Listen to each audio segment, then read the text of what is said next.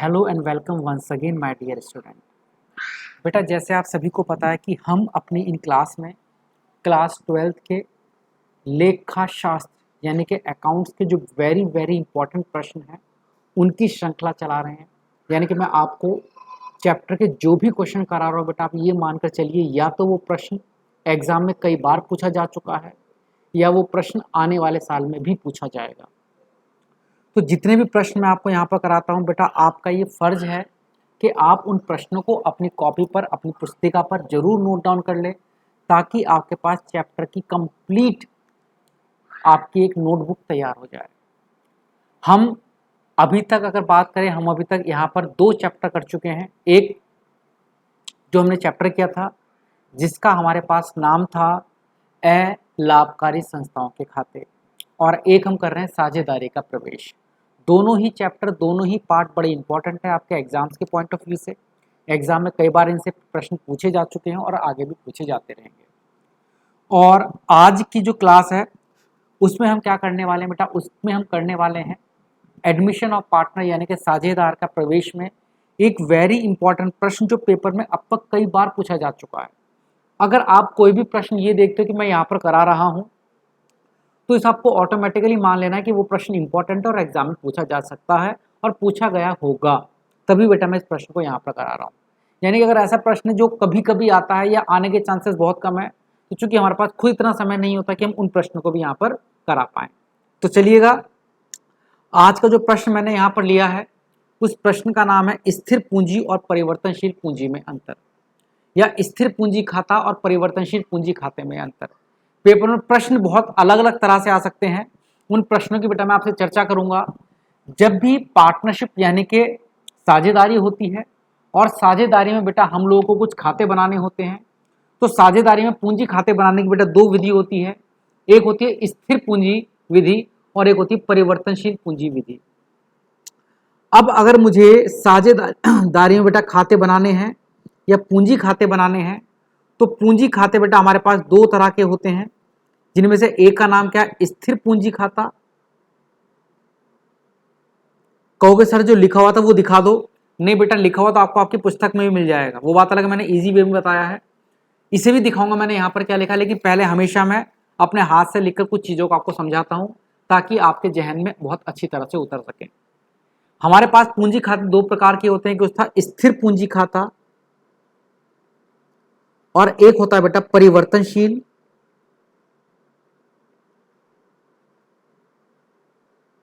पूंजी खाता। पूंजी खाते 2 प्रकार के होंगे, एक स्थिर पूंजी खाता होगा और एक परिवर्तनशील पूंजी खाता होगा। पेपर में प्रश्न आ सकता है कि पूंजी खाते को बनाने के कितने पैटर्न है, पूंजी खाते को कितनी तरह से बनाया जा सकता है। तो इसका आंसर बेटा रहने वाला है कि पूंजी खाते को 2 प्रकार से बनाया जा सकता है, एक कहलाता है स्थिर पूंजी खाता और एक कहलाता है परिवर्तनशील पूंजी खाता। अब बारी आई स्थिर पूंजी खाता क्या है, परिवर्तनशील पूंजी खाता क्या है। अगर मेरा पूंजी खाता बेटा स्थिर है तो याद रखना मुझे अपनी उत्तर पुस्तिकाओं में या अपनी बुक्स ऑफ अकाउंट में 2 तरह के खाते बनाने होंगे। एक का नाम होगा पूंजी खाता और एक का नाम होगा बेटा चालू खाता। बात को समझ रहे हो? क्या बात समझ रहे हो कि अगर हमारी पूंजी कैसी है बेटा, स्थिर है। मैंने कहा पूंजी खाते बनाने के 2 पैटर्न हो सकते हैं, या तो स्थिर पूंजी होगी हमारी या परिवर्तनशील पूंजी होगी। और अगर पेपर में प्रश्न आया कि स्थिर पूंजी की दशा में कितने खाते बनाए जाते हैं, याद रखना 1-1 नंबर के प्रश्न भी आते हैं, 2-2 नंबर के प्रश्न भी आते हैं, बहुविकल्पीय प्रश्न भी आते हैं, 5 नंबर के प्रश्न भी आते हैं। तो कभी भी सिंपल प्रश्न पूछा जा सकता है 2 नंबर में कि स्थिर पूंजी की दशा में या स्थिर पूंजी खाते की दशा में कितने खाते बनाए जाते हैं। तो आप लिखोगे 2 खाते बनाए जाते हैं, एक का नाम है चालू खाता और एक का नाम है पूंजी खाता। जब पूंजी स्थिर होती है तो 2 खाते बनते बेटा, ये बात आप सुन रहे हो, कॉपी पर नोट नहीं कर रहे हो। आपको लग रहा है कि शायद हम सुन रहे हो और हमें याद हो जाएगा। बेटा आप मानव हो, भगवान नहीं हो, ईश्वर नहीं हो, अल्लाह नहीं हो कि एक बार सुनोगे और आपको याद रह जाएगा। बेटा 100% मैं गारंटी ले रहा हूं, आज आप मुझसे पढ़े हो, कल अगर मैं आपसे इन्हीं से रिलेटेड प्रश्न पूछ लूंगा तो आप उसका आंसर नहीं दे पाओगे। तो स्थिर पूंजी की दशा में दो तरह के खाते बनाए जाते हैं, एक का नाम होता है पूंजी खाता और एक का नाम होता है चालू खाता। बारी आई सर परिवर्तनशील पूंजी की दशा में कितने खाते बनाए जाते हैं? तो अगर हमारी पूंजी परिवर्तनशील है, हमारी कैपिटल परिवर्तनशील है, तो परिवर्तनशील पूंजी की दशा में सिर्फ एक ही खाता बनाया जाता है जिसे हम बोलते हैं पूंजी खाता। यानी कि अगर मैं इंग्लिश में बात करूं तो पूंजी खाते को इंग्लिश में बोला जाता है कैपिटल अकाउंट। और याद रखना जब कैपिटल हमारी फिक्स्ड होती है, फिक्स्ड कैपिटल की दशा में, फिक्स्ड कैपिटल के केस में खाते बनते हैं दो, एक का नाम होता है पूंजी खाता यानी कि कैपिटल अकाउंट, एक का नाम होता है चालू खाता यानी कि करंट अकाउंट, करंट अकाउंट। जबकि अगर परिवर्तनशील पूंजी है, फ्लेक्सिबल कैपिटल है, तो ऐसे केस में सिर्फ एक ही खाता बनता है जिसका नाम क्या होता है बेटा? Capital account. तो आपके एक एक नंबर के दो प्रश्न तो तैयार हो गए कि स्थिर पूंजी की दशा में कितने खाते बनाए जाते हैं? भैया दो खाते बनाए जाते हैं। स्थिर पूंजी की दशा में दो खाते बनाए जाते हैं, एक का नाम है पूंजी खाता, एक का नाम है चालू खाता। परिवर्तनशील पूंजी की दशा में सिर्फ एक ही खाता बनाया जाता है जिसका नाम क्या होता है बेटा? आपके पास पूंजी खाता। क्या नाम होता है उसका? पूंजी खाता यानी कि कैपिटल अकाउंट। अब थोड़ी सी चर्चा और करेंगे बेटा आपसे। मैंने बोला कि मैं आपको रटाऊंगा नहीं, मैं आपको समझा दूंगा, शायद आपको जीवन भर याद रहेगी जो बातें मैं आपको बताता हूं, बट इसका मतलब ये नहीं आप कॉपी में नहीं लिखोगे बेटा। एक चीज तो हम समझ गए कि स्थिर पूंजी की दशा में दो खाते बनते हैं, जबकि परिवर्तनशील पूंजी की दशा में सिर्फ एक खाता बनता है। चूंकि हमारे पास पूंजी स्थिर है, इसका नाम ही है पूंजी स्थिर है, इसका मतलब ये समझ लेना बेटा स्थिर पूंजी की दशा में पूंजी खातों का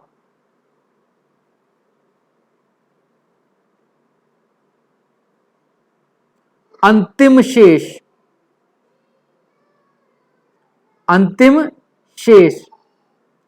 बराबर रहता है।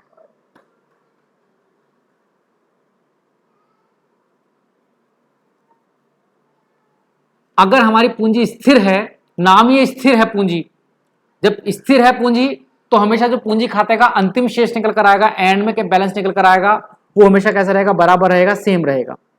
जबकि पूंजी परिवर्तनशील है तो जो पूंजी खाता है उसका अंतिम शेष बेटा कैसा होता है? अलग होता है, अलग होता है अंतिम शेष। यानी कि एंड में आकर जो कैपिटल बचती है वो बदल जाती है। स्थिर पूंजी की दशाओं में चूंकि पूंजी स्थिर है तो साल के शुरू में जो पूंजी रहेगी वही साल के एंड में रहेगी। जबकि परिवर्तनशील पूंजी की दशा में क्या होता है? जो पूंजी स्टार्टिंग में लगाते हैं बेटा हम लोग, एंड तक वो नहीं होती, एंड तक वो बदल जाती है। ठीक है, बात करोगे सर कैसे? देखो सुनो बेटा ध्यान से, हमें हर साल क्या मिलता है? हमें हर साल क्या मिलता है? हमें हर साल मिलता है पूंजी पर ब्याज। मिलता है कि नहीं मिलता? हाँ जी सर मिलता है। पूंजी पर ब्याज, हाँ जी सर मिलता है। हमें हर साल मिलता है वेतन। क्या मिलता है? वेतन, हाँ जी सर मिलता है। आहरण पर क्या लगता है भाई? ब्याज पर क्या लगेगा? ब्याज। हमें हर साल क्या मिलेगा? कमीशन। तो ये सारी चीजें बेटा हमें हर साल मिलती हैं। पूंजी पर ब्याज मिलेगा, वेतन मिलेगा, आहरण मिलेगा, कमीशन मिलेगा, या जो लाभ हानि प्रॉफिट एंड लॉस वो मिलेगा। ये सब चीजें बेटा हमें हर साल मिलती हैं। लेकिन याद रखना जब पूंजी हमारी स्थिर होती है तो इन सभी चीजों को मैं कहां पर लिखता हूं? चालू खाते में। कहां पर लिखते बेटा हम इसे? चालू खाते में। यानी कि स्थिर पूंजी की दशा में पूंजी पर ब्याज मिले, किसी को वेतन मिले, किसी के आहरण पर ब्याज लगे, किसी को कमीशन मिले, किसी को प्रॉफिट मिले, इनमें से कुछ भी चीज पूंजी खाते में नहीं जाएगी। पूंजी खाते में नहीं जाएगी क्योंकि पूंजी स्थिर है, तो कुछ भी हो, कुछ भी पूंजी खाते में नहीं जाएगा। ये सब कुछ कहां जाएंगी? चालू खाते में जाएंगी। जबकि अगर पूंजी परिवर्तनशील है तो चाहे पूंजी पर ब्याज हो, चाहे वेतन हो, चाहे आहरण पर ब्याज हो, चाहे कमीशन हो, चाहे प्रॉफिट एंड लॉस हो, ये सारी की सारी चीजें बेटा कहां पर जाएंगी? पूंजी खाते में जाएंगी। अब आप कहोगे सर ये क्या बता दिया बेटा? मैंने आपको एक डिफरेंस करा दिया ऑटोमेटिकली। तीसरा डिफरेंस ये हुआ पूंजी पर ब्याज, वेतन, आहरण पर ब्याज, कमीशन, प्रॉफिट एंड लॉस, ये इस तरह की कोई भी चीज, सब कुछ, चूंकि मैंने बताया स्थिर पूंजी की दशा में दो खाते बनेंगे, एक पूंजी खाता एक चालू खाता, तो ये सारी चीजें चालू खाते में डाल दी जाएंगी। पूंजी स्थिर है, पूंजी खाते में नहीं जाएंगी। और चूंकि इसमें सिर्फ एक ही खाता बनता है, पूंजी खाता, परिवर्तनशील पूंजी की दशा में सिर्फ एक खाता बनता है, पूंजी खाता, तो यहां पर जो भी कुछ होगा, चाहे पूंजी पर ब्याज हो, चाहे वेतन हो, चाहे आहरण पर ब्याज हो, चाहे कमीशन हो, चाहे प्रॉफिट एंड लॉस हो, सब कुछ कहां पर जाएगा भैया? पूंजी खाते में जाएगा। सब कुछ कहां पर जाएगा बच्चे? पूंजी खाते में जाएगा। तो ये रहा तीसरा डिफरेंस। समझ रहे हो बेटा बात को? हाँ जी सर समझ रहे हैं। अच्छा सर एक बार वहां से भी समझा दो जो आपने लिख रखा है। चलो यहीं से भी समझ लेते हैं। इस विधि के अंतर्गत दो खाते खोले जाते हैं, एक का नाम पूंजी खाता तथा दूसरे का नाम चालू खाता होता है। इस विधि के अंतर्गत केवल एक खाता खोला जाता है जिसका नाम पूंजी खाता होता है। पूंजी खाते का शेष प्रतिवर्ष स्थिर रहता है, पूंजी खाते का शेष प्रतिवर्ष बदल जाता है। इस विधि के अंतर्गत पूंजी खाते में केवल, याद रखना, इस विधि में पूंजी खाते के अंदर सिर्फ दो ही आइटम आ सकते हैं, या तो अतिरिक्त पूंजी या पूंजी आपने निकाल ली। याद रखना, पूंजी खाते में और कुछ नहीं जाता, सब कुछ कहां पर जाता है? सब कुछ कहां पर जाता है बेटा? चालू खाते में। मैंने बताया था ना, सब कुछ कहां जाता है? चालू खाते में। पूंजी पर ब्याज हो, सैलरी हो, कमीशन हो, सब कुछ कहां पर जाएगा? पूंजी खाते में, सॉरी चालू खाते में। तो पूंजी खाते में सिर्फ दो ही आइटम आते हैं। कल के पेपर में प्रश्न आता है, स्थिर पूंजी की दशा में पूंजी खाते में कौन कौन से आइटम लिखे जाते हैं? वेरी वेरी इंपॉर्टेंट प्रश्न है। स्थिर पूंजी की दशा में पूंजी खाते में कौन कौन से आइटम लिखे जाते हैं? तो स्थिर अगर पूंजी है तो दो आइटम लिखे जाएंगे, या तो अतिरिक्त पूंजी या पूंजी का आहरण। या तो पूंजी आपने और लाकर लगा दी तो पूंजी खाते में आ जाएगी, या पूंजी आपने निकाल ली तो पूंजी खाते में आ जाएगी। उसके अलावा पूंजी खाते में और कुछ नहीं आएगा। और इसमें जो पूंजी खाता है उसमें सब कुछ आते हैं, समस्त पद इसी में आते हैं, चाहे पूंजी लगाई हो, पूंजी निकाली हो, ब्याज मिला हो, कमीशन मिला हो, सैलरी मिली हो, कुछ भी मिला हो, सब कुछ पूंजी खाते के अंदर आएगा। इस खाते में पूंजी खाते का शेष सदैव धनात्मक रहता है, क्योंकि बेटा इसमें और कुछ तो आता नहीं है, तो हमेशा पॉजिटिव ही निकल कर आएगा बेटा इसके अंदर शेष। इसका शेष पॉजिटिव भी आ सकता है और नेगेटिव भी आ सकता है, डेबिट भी आ सकता है बेटा एनो बचकर, और क्रेडिट भी आ सकता है। और इसका शेष हमेशा क्रेडिट रहता है, इसका शेष हमेशा क्रेडिट रहता है। तो ये वेरी इंपॉर्टेंट प्रश्न बेटा जो मैंने आपको समझाने की कोशिश करी। और याद रखो बेटा, मैंने आपको एक प्रश्न ही समझाया। स्थिर पूंजी क्या होती है उसके सारे केस बता दिए, परिवर्तनशील पूंजी क्या होती है उसके सारे केस बता दिए। अब पेपर में इससे रिलेटेड चाहे 1 नंबर के क्वेश्चन आ जाए 4-5, चाहे 2 नंबर के क्वेश्चन आ जाए, या ऑटोमेटिकली 6 नंबर में प्रश्न आ जाए, अब आप इस प्रश्न को खुद से कर आ सकते हो, लेकिन तभी कर पाओगे जब आप इसे अपने पेपर पर, अपनी कॉपी पर अच्छी तरह से बेटा क्या कर लोगे? नोट डाउन कर लोगे। चलिएगा, इसी के साथ मैं आज की क्लास को समाप्त करता हूँ, विराम देता हूँ। और जो बच्चे हमारे ग्रुप से जुड़ना चाहते हैं वो हमारे ग्रुप से जुड़ सकते हैं। और ग्रुप से जुड़ने के लिए आपको हमें मैसेज करना होगा, नंबर है 9551599995। इस नंबर पर आप हमें व्हाट्सअप करो और कहो सर हमें अपने लाइव क्लास के ग्रुप से या अपनी क्लास के ग्रुप से ऐड कर लो, ताकि हम भी आपकी डेली और सारी क्लासेस को ले सकें। चलिएगा, इसी के साथ आज की क्लास को समाप्त करते हैं। जय हिंद, जय भारत, शब्बा खैर, खुदा हाफिज या अल्लाह हाफिज बेटा।